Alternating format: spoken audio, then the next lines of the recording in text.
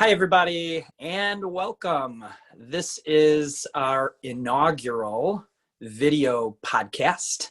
My name is Eugene Clark, and I am with the esteemed Matt Faulkner. Matt, how are you? I'm good, Eugene. And thank you for calling me esteemed and not something else. You're absolutely right. And part of the reason why I called you esteemed is because I noticed you were drinking a hot beverage and steam was coming out of it. So I thought I would just tie that in. True. You're very observant.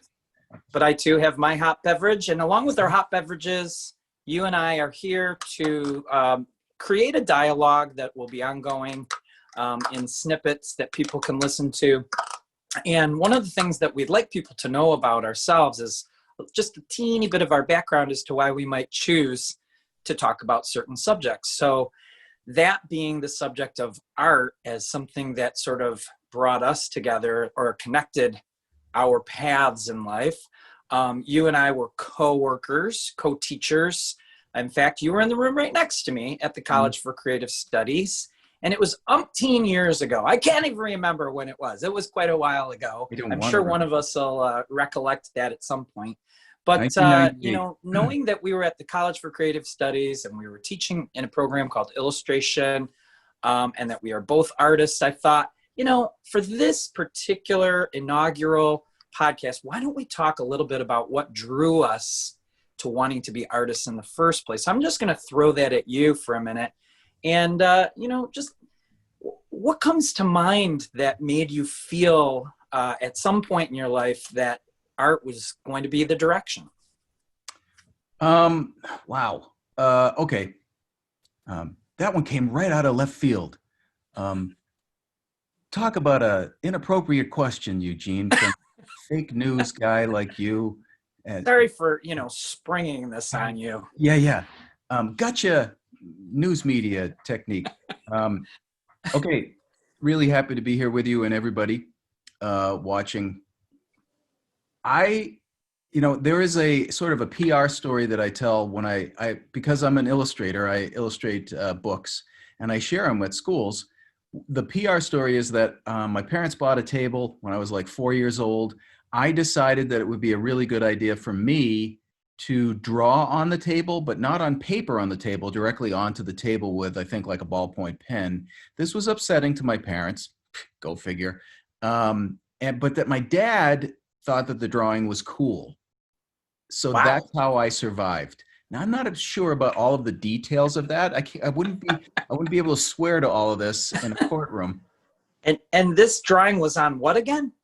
On the table. I etched in, I was like, and I drew a picture of, I think, of our dog.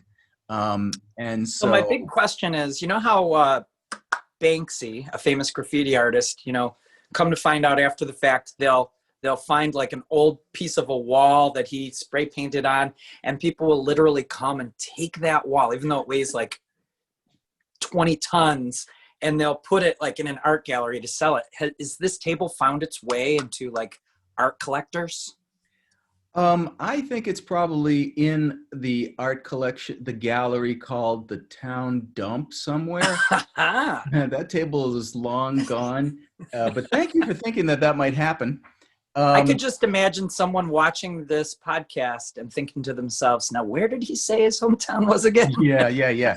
I'm not going to say that yet. We need to get to know each other first, and then we'll start to talk about details like that. But I was talking to my older sister recently, and she told me that we were watching, my sister Stacy still lives in my hometown, way cool chick, and I love her. Hi, Stacy, I love you. And so she said that we were watching TV and a cartoon came on, and I was again about that same age. Now this, I think, has more validity because she has a tremendous memory. She remembers everything. And she said, I looked at the drawings that were being made. I can't remember what cartoon it was. And I said, how do you do that? To her. How do you make, I think it was clouds. How do you make those clouds like that? How do you do it? How do you do it? And I was like, it was surprising to her. She's like 5 years older than me, that a 4-year-old would be like, okay, I'm going to make those. How do I make them? How do they do that? So I think to me, that was the beginning of, okay, there's something in me that is crazy for drawing. I'm fascinated by it. I don't like waking up early in the morning, but if I wake up early in the morning and I draw, it's okay. You get what I'm Wow. saying? I think Yes. the morning is okay because I'm drawing. Otherwise, morning's not good for me.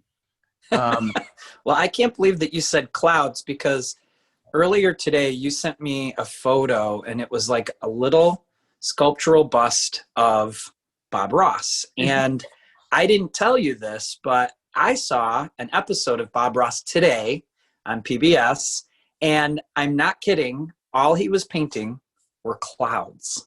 So well, I'm Bob's here with feeling us I am today. one of these people that does believe in these higher powers, planets aligning, Oh yeah, you know, and throwing things out to the universe. I don't know. Either we're getting a message from Bob Ross right now, or he's, you know, channeling through our conversation, or, you know, this cloud connection that Bob had and you had is sort of stirring up the universe creatively. Oh, What do you it's think? all about Bob. I get it. No, absolutely.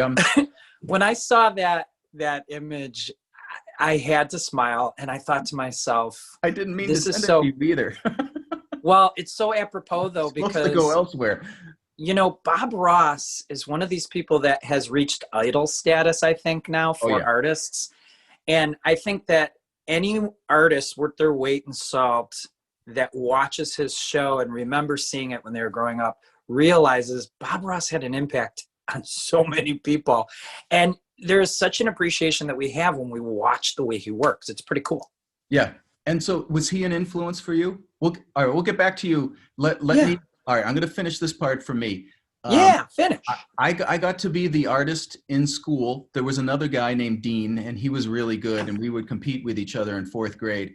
But I started to become more and more like, yeah, that's what my identity is. And I just learned recently that an artist named Mort Drucker died in Oh, April, and he was one of the greats from Mad Magazine back in the 50s, 60s, and 70s and 80s. yes. I remember.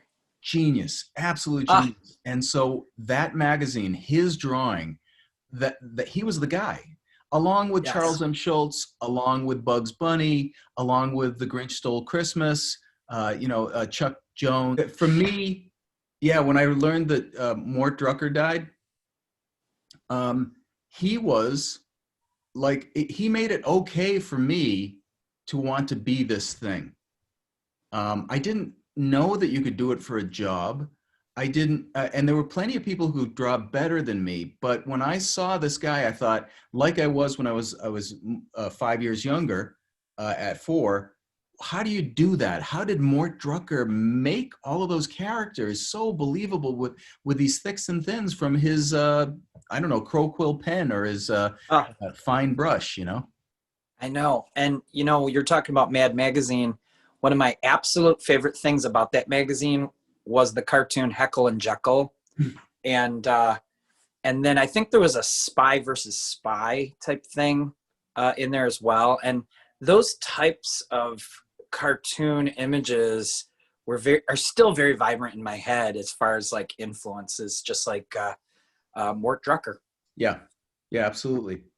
So Ah, I think, it'd probably be a good idea to let me turn the tables on you and start asking you some questions. And we can come back, so that's basically the beginnings. That's where yeah, that's how I knew, okay, I don't care what anybody else wants. I'm going to draw. yeah. And that's really important, I think, at some point in your life that it's okay to be the artist. And so it I happened love pretty that. early for me. Well, would it be okay if, since you said that's the beginning, would it be okay if I said for each of us it was very meager beginnings? Would that apply? Meager? When you say meager, help me with that. What does that mean to you? I don't know. I just thought it would add a little drama to our conversation. Whenever you say Well, something like meager, suddenly people start to listen. yeah, you gotta Um, get the dictionary out.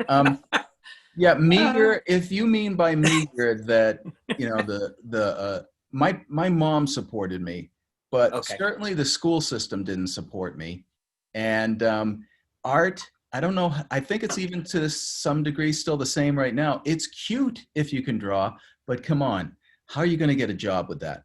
That's the main response, and always has been throughout my life.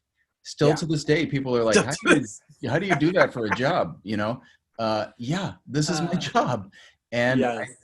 so yes, if you're talking about, but I do have to say, I was supported tremendously by my mom. We didn't have a lot of money.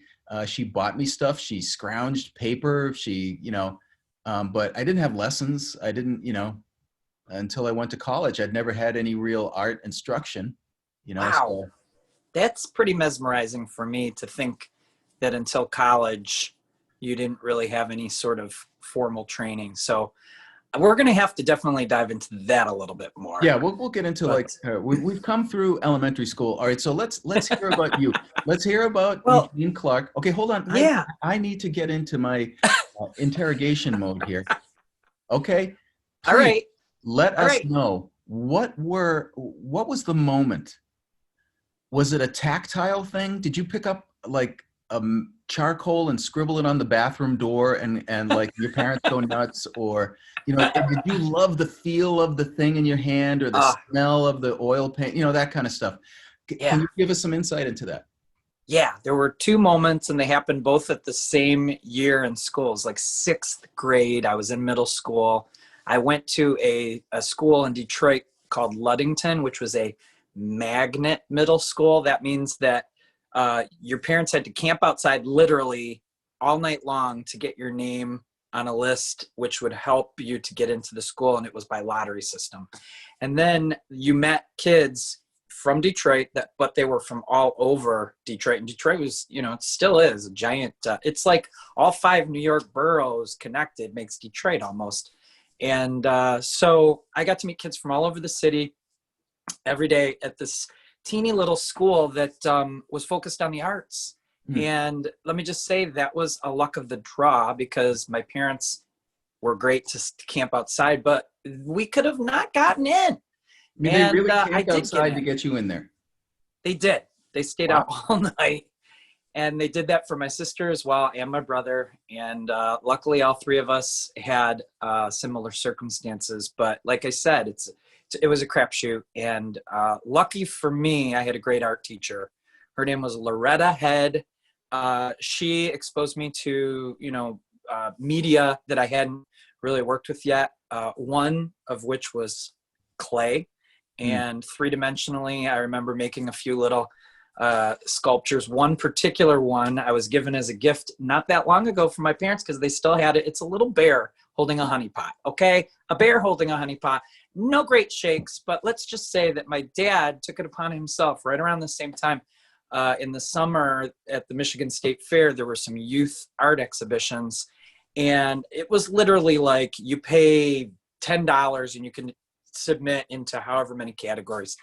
And so my dad just grabbed this bear and a couple other things that I had done. He didn't even tell me about it. And he put them in. And then we show up to the state fair and there's a blue ribbon on my thing. And there was a monetary prize too. And so I'm seeing the money and I'm seeing the ribbon and I'm getting the acknowledgement. And it was just like that light went off in my head where I'm like, are you kidding me? This thing that I was having fun with can actually be this thing that maybe I can continue doing. And luckily my dad, even though he is a non-artist, he didn't see that as strange. And my mom as well, they both were very supportive to just sort of, as I tell my students, buy into my zaniness. Yeah. They bought into my zaniness. So there you go. So plasticine. Is that what we're talking about with the clay? It was actually terracotta. Terracotta. And so it was fired, and then we had to throw some glaze on there. Oh yeah. So yeah, it was a very cool. But typically when you're in a school setting like that, you tend to do things that are more typical, like pinch pots and an ashtray. And right. Luckily, my my teacher saw it differently, and so she let me create something a little bit more sculptural that I wanted to do, and I think that was a big part of it too. But there was one other connection that I remember specifically at that same time. My dad found out about the art education program at Wayne State offering a Saturday morning art class. And what it was How it old was were you? taught by it was taught by students that were on their way to getting their certification to be elementary teachers for art. And so we were like their guinea pigs, right? And this class was literally like 3 hours, which I think for a sixth grader at that time, kind of unheard of. You're coming from, your own class, which lasts 45 to 50 minutes, and you're going to 3 hours on a Saturday. How are these kids how are they going to be focused? But the cool thing was they put a bunch of plants on a table in the room, like a still life. They gave us not even canvas. They just gave us paper and black and white tempera paint. And then they put the spotlight on, and they didn't really give us a lot of instruction. They were just like, let's see what happens. And it was my first time working from life in that manner, doing observational work as opposed to just making up cartoons or honey pot bears.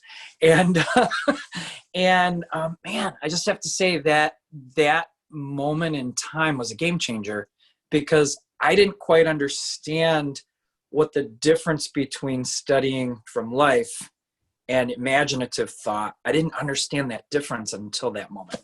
Yeah. So how old were you? So this was sixth grade. So if I would say 11-ish, 12 Yeah. at the most. Wow. And do you still have any of those drawings? Those paintings? I'm sure if I dug around enough in my parents' house, I might come up with some of those, but I imagine that work is probably gone. Probably the only things that are left over there would be stuff from college, except for this honey pot bear, which they gave me, which I now own. I have it. It's in a cupboard somewhere. Yeah. You got to get it out. We got to see it at some point. Well, I think we got a good picture of the very origins of how now. I also want to let everybody know, Eugene is a renowned teacher from a couple of different universities, the College for Creative Studies and Oakland University in the Detroit area. Celebrated. He's got a whole panoply of students, but going back 20 years, who point to him and say, because Eugene gave me this gift, I'm still doing what I wanted to do when I was a kid. So you're talking, when Eugene talks, you're hearing truly a master. I'm not just saying that because he's going to give me $20 later. I'm saying it because that's the way I see him. He is he is in that state now of, he's got the goods and he's willing to share it with all of you. So people who are hanging out, this is a man who knows anatomy. This is a man who knows design, who knows materials, who knows his stuff. You want to hang around you want to be this, what we're talking about. He's been doing this for all of his life, and he's going to keep on doing it. If you want in on this, stick around. Eugene's going to be sharing it with you. Thank you, Mr. Faulkner. And back at you, esteemed colleague and art instructor extraordinaire. I have to say that I know, because you've shared with me, that you have so many students whose lives you've touched artistically, not just from the College for Creative Studies where you and I met, but I know that you moved out to San Francisco for a time period and taught at the Art Institute out there. And you would always wear the cool baseball cap to some of our breakfasts, and I would see the logo and it would remind me that you were in San Francisco. And, whether it be San Fran or Detroit or any other place that you've that has had the benefit of you teaching, just like myself, students come out of the woodwork and they send you little testimonials, so to speak. That's the best way I can put it, unprompted, where they tell you how much your teaching has meant to them. Mm-hmm. And I know for a fact that not only are you leaving a legacy in your personal artwork that is published and is distributed all over the world, but for you and I as artists and the way we feel about art and what we do, and it's our passion, I can't think of any better legacy to leave, just like you, than to have touched another person who then, through our interaction gains either some insight or makes the decision, the crazy decision to continue doing art themselves. So that is it in a nutshell. You, Mr. Faulkner, have and will always be a giant in the art community. $20 later. Okay, we're coming to the end of our time. We promised we would do it in a certain amount of time. So that went by really fast. It did, but that's okay. This is the inaugural. We're gonna streamline this thing and figure things out and work all the buttons, and it's a computer thing. I don't know. Don't forget the people that are behind the curtain that are running this whole thing. Yeah, I know. Have to give them some props. All of the producer and they never get any props. We got to give them a little bit of props. Those people, the gaffer. And the prop boy or whatever they call it. Anyways, the coffee delivery person. Yes, there's coffee. Yeah. There's a whole team. This is millions of dollars operation, but please don't believe any of that. So, but the fact that this went really quickly and the fact that you and I are who we are, I want the listeners or viewers to know that we never have a lack of things to say. Yeah, and we have fun. And we hope that you're going to have fun with us too. So I'm going to say a couple of things we hadn't really planned on, but what we're doing here is we want to give people who are interested in this kind of life that we live as artists, okay? Whether you're a fine artist or you're an illustrator or a graphic designer or all of the above and more, we live that life. This is who we are. And we're going to ask you to keep coming back and visiting us. And I know that wherever we post this, which will probably be YouTube, there's ways for people to leave comments, but we'll also include our contact info. We both have websites so that you can email us and ask us questions. And from time to time, when we get some good ones, we can share them on this blog, this podcast. And so what this is we're going to have a conversation and we're going to have different subjects. So first we're just introducing ourselves to you. And then we're going to talk about, okay, are you into drawing? Are you into painting? What materials are you into? Who are your influences? Who are our influences? What the business is like, so forth and so on. How do we do things like stretch a canvas or pay our taxes? Hopefully more about the canvas. But or the other day I brought up the fact that I wanted to change the faucet in my guest bath. Which is scary stuff. We're going to go into scary, dark places. Yeah. Like fixing the faucet. Okay. Because we don't do that. But what we're also doing this for, Eugene, right, is that we're putting together an online course that we want to invite you guys to. So this is a taste of what that course will be like. We're setting it up. We're going to give you more details about it. You're going to love it. Essentially, if you sign up in this, you're going to get college level and graduate level material and benefit from that and pay not college level prices to be a part of it, right? Exactly. There's nothing better than getting a bargain. I think people like this is why people shop online. Why? Not because they think they're saving a ton of money, but when it says free shipping, they're like, well, where do I sign up? So what free stuff are we giving out? Well, that's basically the fact that our cost is going to be minimal because of all the overhead. That's the free shipping part. Okay, good. I was nervous there. I didn't know. All right. We don't have any set sign off as yet. Do we have a thing that we want to say? Do we want to let people, I have something that I like to say. Okay, I like to say that, Matt, on behalf of you and myself as artists, we like to, after people listen to this, ask you to go out into the world and make art because the world is always a better place with more art in it. Save the world, make some art. Love it. I love that. Amen. All right, brother. Give me a virtual high five. All right. Bam. Woo! Thank you. And we are done. We are out. Go make some art. Go make some art. Bye.